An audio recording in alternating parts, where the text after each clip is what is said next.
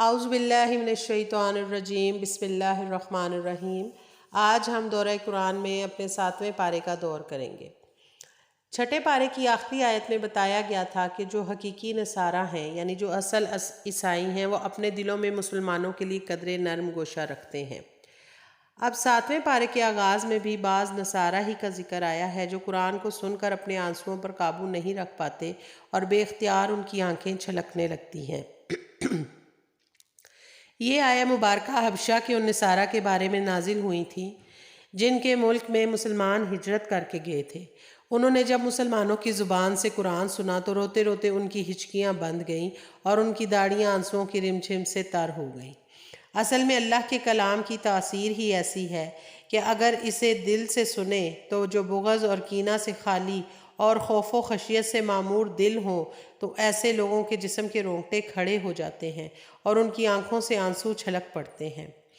حقیقی نصارہ کے کلام اللہ سے متاثر ہونے اور رونے دھونے کا حال بتانے کے بعد کچھ شرعی مسائل کا ذکر کیا گیا ہے۔ کیونکہ سورہ مائدہ ایک مدنی سورہ مبارکہ ہے اور یہاں پر عقائد سے بھی بحث کی گئی ہے جیسا کہ مکی صورتوں میں عام طور پر عقائد سے بحث ہوتی ہے۔ مدنی صورتوں میں کہیں تفصیل کے ساتھ اور کہیں اختصار کے ساتھ شرعی امور بیان کیے گئے ہیں۔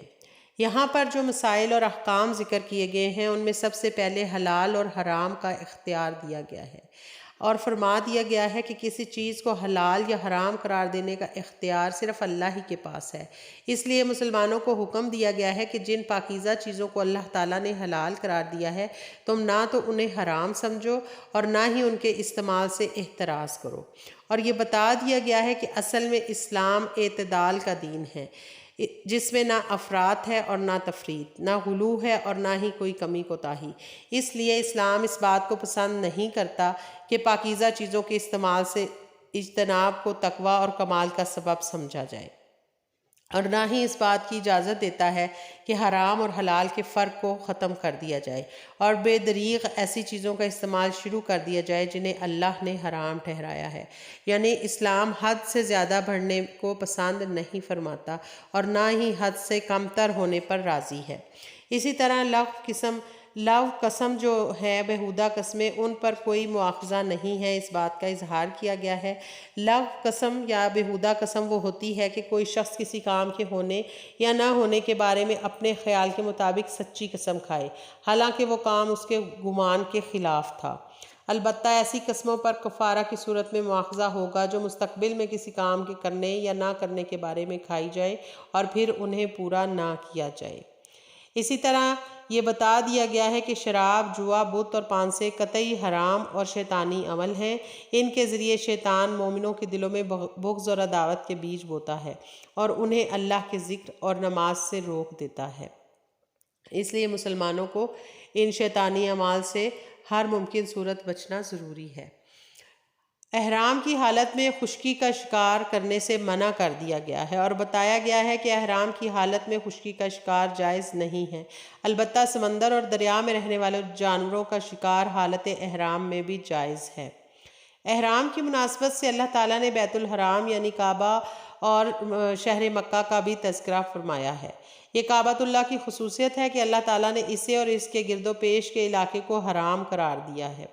اس کی حرمت اور امن کا اندازہ حضرت عمر رضی اللہ عنہ کے اس قول سے ہوتا ہے جس میں وہ فرماتے ہیں کہ اگر میں اپنے والد خطاب کے قاتلوں کو بھی حرم میں دیکھ لوں تو اس وقت تک اس پر ہاتھ نہیں اٹھاؤں گا جب تک کہ وہ حرم کی حدود سے باہر نہ نکل جائیں۔ زمانۂ جاہلیت میں مشرکین نے بہت سارے جانور بذام خویش یعنی اپنی مرضی سے حرام قرار دے رکھے تھے اور ان کے لیے مخصوص نام بھی تجویز کر رکھے تھے جیسا کہ صائبہ، بحیرہ، وسیلہ اور حام۔ آیت نمبر 103 میں واضح طور پر یہ بتا دیا گیا ہے کہ یہ جانور اور ان کے بارے میں جو ابہام پایا جاتا ہے یہ مشرکین کا جھوٹ اور افتراء ہے، ورنہ اللہ تعالیٰ نے ان میں سے کسی بھی جانور کو حرام قرار نہیں دیا ہے۔ اس کے بعد آیت نمبر 106 سے 108 تک وصیت کے بارے میں بیان آیا ہے کہ جب کسی انسان کو موت کی آہٹ محسوس ہونے لگے تو اسے چاہیے کہ وہ قابل وصیت امور کے بارے میں وصیت کر جائے۔ اس وصیت پر 2 قابل اعتماد شخصوں کو گواہ بنا لیا جائے تاکہ اگر آنے والے دنوں میں کوئی اختلاف واقع ہو تو ان کی گواہی کی روشنی میں فیصلہ کیا جا سکے۔ اس کے بعد حلال اور حرام کے مسائل کا ذکر ہے اور اس کے بعد قیامت کے دن کی منظر کشی کی گئی ہے اور بتایا گیا ہے کہ جب تمام رسولوں کو جمع کر کے ان سے سوال کیا جائے گا کہ جب تم نے میرا پیغام میرے بندوں تک پہنچایا تو تمہیں کیا جواب دیا گیا، اور وہ ساری بات یہاں پر ذکر کی گئی ہے۔ انبیاء علیہ السلام کے ساتھ سوال و جواب کے تناظر میں حضرت مسیح علیہ السلام کا خاص طور پر تفصیلی تذکرہ کیا گیا ہے، جس میں بتایا گیا ہے کہ اللہ تعالیٰ قیامت کے دن سیدنا مسیح علیہ السلام کو اپنے احسانات یاد کروائے گا۔ ان احسانات میں مائدہ والا قصہ بھی ذکر کیا گیا ہے کہ جب حواریوں نے حضرت عیسیٰ علیہ السلام سے درخواست کی تھی کہ آپ اللہ سے درخواست کریں کہ وہ ہمارے لیے آسمان سے مائدہ نازل فرمائے، یعنی ایسا دسترخوان جس میں کھانے پینے کی مختلف آسمانی نعمتیں سجی ہوئی ہوں۔ اسی قصے کے حوالے سے اس سورت کا نام مائدہ رکھا گیا ہے۔ اس کے بعد روز محشر اللہ تعالیٰ جو ہے وہ اپنے بندوں سے اور خاص طور پر حضرت عیسیٰ علیہ السلام سے جو مکالمہ فرمائیں گے اس کا ذکر کیا گیا ہے۔ اپنے چند احسانات گنوانے کے بعد اللہ تعالیٰ نے فرمایا کہ روز محشر میں عیسیٰ سے سوال کروں گا کہ اے عیسیٰ مریم کے بیٹے، کیا تم نے لوگوں سے کہا تھا کہ مجھے اور میری والدہ کو اللہ کے سوا معبود ٹھہراؤ؟ تو حضرت عیسیٰ علیہ السلام بارگاہ عزتی میں عرض کریں گے کہ یا اللہ تو پاک ہے، میرے لیے تو یہ ہرگز مناسب نہ تھا کہ میں ایسی بات کہتا جس کے کہنے کا مجھے حق ہی نہیں تھا۔ پھر عیسیٰ علیہ السلام اللہ کے حضور عرض کریں گے کہ میں نے تو اپنی قوم کو ایک اللہ کی عبادت کا حکم دیا تھا، اگر انہوں نے میرے حکم کی نافرمانی کی ہے تو آپ کو اختیار ہے کہ چاہیں تو آپ ان کو سزا دیں اور چاہے تو معاف کر دیں، کیونکہ وہ آپ ہی کے بندے ہیں۔ قیامت کے دن کی منظر کشی اور اللہ کی ہمہ گیر سلطنت کے تذکرے پر سورہ المائدہ اختتام پذیر ہوتی ہے۔ انعام ہے، یہ مکی سورہ مبارکہ ہے۔ 7ویں پارے کے دوسرے ربع سے اس سورہ مبارکہ کا آغاز ہوتا ہے۔ اس سورہ مبارکہ میں 165 آیات اور 20 رکوع ہیں۔ مکی صورتوں میں عام طور پر 3 بنیادی عقائد سے بحث کی گئی ہے، جن میں توحید، رسالت اور آخرت شامل ہے۔ چونکہ اس سورہ مبارکہ میں چوپاؤں یعنی مویشیوں کا ذکر آیا ہے، اس لیے اس سورہ مبارکہ کو سورہ انعام کہتے ہیں۔ اس سورہ مبارکہ کی ایک نمایاں خصوصیت یہ ہے کہ اس میں مشرکین کے غلط عقائد کی تردید کے لیے تقریر اور تلقین دونوں اسلوب اختیار کیے گئے ہیں۔ اسلوب تقریر کا مطلب یہ ہے کہ اللہ تعالیٰ کی توحید اور قدرت و عظمت کے دلائل کو ایسے مسلم اصولوں کی صورت میں پیش کیا گیا ہے کہ ان کا انکار ایسا انسان کر ہی نہیں سکتا جسے اللہ تعالیٰ نے قلب سلیم اور صحیح عقل سے نوازا ہو۔ اس سورہ مبارکہ کا اگر مطالعہ کیا جائے تو ہمیں پتہ چلتا ہے کہ اللہ تعالیٰ نے ایسی آیات نازل فرمائی ہیں جس میں ارض و سما میں اللہ کے موجود ہونے، بندوں پر اللہ کے غلبے اور ظاہر و باطن میں اللہ کی ہر چیز کے علم کے ہونے کا ذکر کیا گیا ہے، اور اس طرح یہ بتایا گیا ہے کہ مشرکین بھی اس بات کو تسلیم کرتے ہیں کہ اللہ تعالیٰ موجود ہے، اور یہ دعوے ہرگز ایسے نہیں ہیں کہ ان کے ثبوت کے دلائل دیے جائیں یا زیادہ ان کے ساتھ مغز ماری کی جائے، بلکہ صاحب نظر انسان کائنات پر ایک نظر ڈالتا ہے تو وہ اللہ کے وجود، اس کی عظمت و کبریائی اور غلبے اور قدرت کا اعتراف کیے بغیر نہیں رہتا۔ درج ذیل آیات میں اسی اسلوب کی جھلک دکھائی دیتی ہے، جیسا کہ ایک آیت میں اللہ پاک فرماتا ہے، آسمان اور زمین میں وہی ایک اللہ ہے، تمہاری پوشیدہ اور ظاہری باتیں سب جانتا ہے، اور جو تم عمل کرتے ہو وہ سب سے واقف ہے۔ اور دوسری آیت میں فرمایا، اور وہی تو ہے جو رات کو نیند کی حالت میں تمہاری روح قبض کر لیتا ہے، اور جو کچھ تم دن میں کرتے ہو اس کی خبر رکھتا ہے۔ اور اسی طرح ایک اور آیت میں فرمایا، اور وہ اپنے بندوں پر غالب ہے اور تم پر نگہبان فرشتے مقرر کیے رکھتا ہے۔ اسی طرح اسلوب تقریر کے بعد اسلوب تلقین ہے، جس میں اسلوب تلقین میں بتایا گیا ہے کہ اللہ تعالیٰ اپنے رسول امی حضرت محمد صلی اللہ علیہ وآلہ وسلم کو ایسے دلائل سکھاتا ہے جن کا منکرین کے پاس کوئی جواب نہیں ہوتا، اور وہ شرمندگی پر مجبور ہو جاتے ہیں۔ یہ اسلوب عام طور پر سوال اور جواب کی شکل میں ہوتا ہے۔ مثال کے طور پر آیت نمبر 12 میں اللہ تعالیٰ فرماتا ہے کہ اے نبی صلی اللہ علیہ وآلہ وسلم، آپ ان سے سوال کیجئے کہ آسمانوں اور زمین میں جو کچھ ہے یہ کس کا ہے؟ ظاہر ہے کہ دل سے تو مشرکین بھی تسلیم کرتے تھے کہ سب کچھ اللہ ہی کا ہے، لیکن زبان سے اعتراف کرنے میں انہیں حجاب تھا، اس لیے فرمایا گیا کہ آپ خود ہی جواب دے دیجئے کہ سب کچھ اللہ ہی کا ہے۔ پھر اسی طرح آیت نمبر 19 میں اللہ نے کہا کہ اے حبیب ان سے پوچھو کہ سب سے بڑھ کر کس کی گواہی ہے، تو جواب بھی کہا کہ آپ خود ہی انہیں بتا دیجئے کہ اللہ ہی میرے اور تمہارے درمیان گواہ کافی ہے۔ تو تقریر اور تلقین کے یہ دونوں اسلوب سورہ انعام میں پہلو بہ پہلو چلتے ہیں، اور بار بار سوالیہ انداز میں لوگوں سے بات پوچھی جاتی ہے اور پھر خود ہی اس کا جواب اللہ پاک عطا فرماتے ہیں۔ اس سورہ مبارکہ کی ابتدا اللہ کی حمد و ثنا اور عظمت اور توحید سے ہوتی ہے۔ توحید کے ساتھ رسالت کا ذکر کرنا بھی ضروری ہے، جبکہ منکرین کی عادت یہ ہوتی تھی کہ رسول اللہ صلی اللہ علیہ وآلہ وسلم جو بھی دلائل و براہین ان کے سامنے پیش کرتے، یہ ان سے اعراض کرتے ہیں اور جواب میں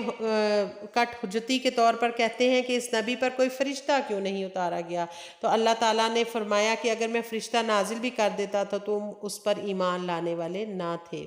اسی طرح توحید و رسالت کے بعد بعث و جزا کا ذکر آیا ہے۔ فرمایا گیا ہے کہ تمہیں اللہ قیامت کے دن ضرور جمع کرے گا، اس میں کوئی شک نہیں ہے۔ یہ تینوں مضامین سورہ انعام میں عدل بدل کر تلقین اور تقریر کے اسلوب سے چلتے جاتے ہیں، یہاں تک کہ بات حضرت ابراہیم علیہ السلام تک پہنچتی ہے، اور اللہ تعالیٰ فرماتے ہیں ان کے بارے میں کہ اس میں کوئی شک ہی نہیں کہ حضرت خلیل علیہ السلام شرک میں ڈوبی ہوئی دنیا میں روشن مینار تھے۔ انہوں نے جب سورج، چاند، ستاروں اور ہاتھوں سے بنائے گئے بتوں کو معبود تسلیم کرنے سے انکار کر دیا اور رب واحد کی کبریائی پر ایمان کا اعلان کیا، تو انہیں سب سے پہلے اپنے والد ہی کی مخالفت کا سامنا کرنا پڑا، مگر انہوں نے اس مخالفت کی کوئی پرواہ نہیں کی اور دعوت توحید کا سلسلہ جاری رکھا، اور ان تمام باتوں کو آیت نمبر 74 سے لے کر 81 تک بیان کیا گیا ہے۔ اسی طرح 18 انبیاء اکرام علیہ السلام کا ذکر کیا گیا ہے ان کے نام لے کر، اور بتایا گیا ہے کہ یہی دعوت دوسرے انبیاء علیہ السلام نے بھی اپنے اپنے زمانے میں دی، اور پھر ان تمام انبیاء کے نام مذکور ہیں۔ ان سب انبیاء علیہ السلام کو وحی سے مشرف کیا گیا۔ ان کے علاوہ بھی بے شمار انبیاء علیہ السلام اس دنیا میں آئے، لیکن ان کے نام قرآن میں ذکر نہیں کیے گئے۔ وحی اور نبوت کے بعد دوبارہ ایسے دلائل ذکر کیے گئے ہیں جو خالق کے وجود، اس کے علم، قدرت اور حکمت کے کمال پر دلالت کرتے ہیں۔ ان دلائل سے اس طرف متوجہ کیا گیا ہے کہ مقصود اصلی اللہ کی ذات و صفات اور اس کے افعال کی معرفت ہے، لیکن مکہ کے کفار ان دلائل میں تو غور و فکر نہیں کرتے، البتہ مختلف قسم کے معجزات کا مطالبہ کرتے رہتے ہیں کہ اگر ہمیں فلاں معجزہ دکھا دیا جائے تو ہم ایمان قبول کر لیں گے، حالانکہ ان کی یہ باتیں زبانی جمع خرچ کے علاوہ کچھ بھی نہ تھیں۔ حقیقت یہ ہے کہ صاحب طلب معجزہ کا مطالبہ نہیں کرتا، وہ جدھر نظر اٹھاتا ہے اللہ کے وجود اور قدرت کی نشانیاں واضح طور پر دیکھتا ہے۔ اس کائنات پر کافر بھی نظر ڈالتا ہے اور مومن بھی نظر ڈالتا ہے، لیکن دونوں کے نظر ڈالنے میں زمین آسمان کا فرق ہوتا ہے۔ جب کافر دیکھتا ہے تو اسے پوری کائنات مادی اسباب میں جکڑی ہوئی دکھائی دیتی ہے، لیکن جب ایک مومن اور مسلمان دیکھتا ہے تو اسے ہر چیز اور ہر مرحلے میں قدرت کی کاری فرمائی نظر آتی ہے۔ مثال کے طور پر جب وہ پھل کو دیکھتا ہے کہ رنگ اور خوشبو میں، چھوٹے اور بڑے ہونے میں، کھٹا اور میٹھا ہونے کے اعتبار سے کیسے ایک حال سے دوسرے حال کی طرف منتقل ہوتا ہے۔ شروع میں کوئی کڑوا اور نمکین ہوتا ہے اور کوئی کھٹا یا پھیکا ہوتا ہے، لیکن جو وہ پھل پکتا چلا جاتا ہے اس میں مٹھاس اور لذت آتی جاتی ہے۔ جب ایک مومن ایمانی نظر سے دیکھتا ہے اور غور و فکر کرتا ہے تو بے ساختہ پکار اٹھتا ہے سبحان اللہ۔ اسی لیے یہاں زمین سے اگنے والی مختلف چیزوں اور پھلوں کا ذکر کرتے ہوئے اللہ تعالیٰ فرماتا ہے کہ یہ چیزیں جب پھلتی ہیں تو ان کے پھلوں پر، اور جب پکتی ہیں تو ان کے پکنے پر نظر کرو، ان میں ان لوگوں کے لیے نشانیاں ہیں جو ایمان لائے ہیں، اللہ کی قدرت کی بہت ساری نشانیاں انہیں نظر آتی ہیں۔ وآخر دعوانا ان الحمد للہ رب العالمین۔